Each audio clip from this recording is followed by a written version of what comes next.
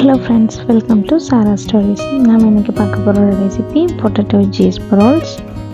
அதுக்கு முதல்ல உருளைக்கிழங்களோட தோலெல்லாம் சீவிட்டு பாதி பாதியாக வெட்டி வச்சுருக்கேன். அதை நம்ம வேக வச்சு எடுத்துக்கலாம். ஒரு 10 நிமிஷத்தில் வெந்து வந்துடும். அடுத்தது அதில் உள்ள தண்ணியெல்லாம் வடிச்சிட்டு நம்ம மசிச்சு எடுத்துக்கலாம். உருளைக்கிழங்கு நல்லா மசிச்சு எடுத்துக்கோங்க. ரொம்ப தண்ணி விட்டுறாதீங்க, அப்புறம் ரொம்பவுமே குழக்குலன்னு இருக்கும். தண்ணி இல்லாமல் வடிச்சிட்டு அதுக்கப்புறம் மசிச்சுக்கோங்க. அடுத்தது கார்ன்ஃப்ளவர், தேவையான அளவு உப்பு, மிளகாய்த்தூள், பெப்பர் ஆட் பண்ணி நல்லா பிசைஞ்சு எடுத்துக்கலாம். இது அப்படியே ஒரு சப்பாத்தி மாவு பதத்துக்கு ரெடி ஆகிடும்.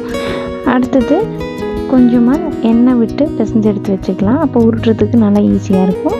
இப்போ நம்மளுக்கு தேவையான சைஸ் பால்ஸாக எடுத்துகிட்டு அதை நீல வாக்கில் திரட்டி எடுத்துக்கலாம்.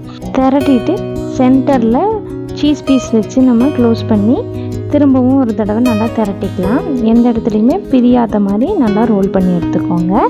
இதே மாதிரி மீதம் உள்ள எல்லா மாவுலையும் நான் சீஸ் வச்சு திரட்டி எடுத்துக்க போகிறேன். அடுத்தது மீடியம் டு லோ ஃப்ளேமில் ஆயில் நல்லா ஹீட் பண்ணி பொரிச்சு எடுத்துக்கலாம். இந்த அளவுக்கு கோல்டன் ப்ரௌன் கலரில் வந்ததும் நம்ம வெளியில் எடுத்துடலாம். அவ்வளோதான், நம்ம சீஸ் ரோல்ஸ் ரெடி. இதே மாதிரி செஞ்சு பார்த்துட்டு எப்படி இருந்ததுன்னு கமெண்ட்டில் சொல்லுங்கள். தேங்க்ஸ் ஃபார் வாட்சிங்.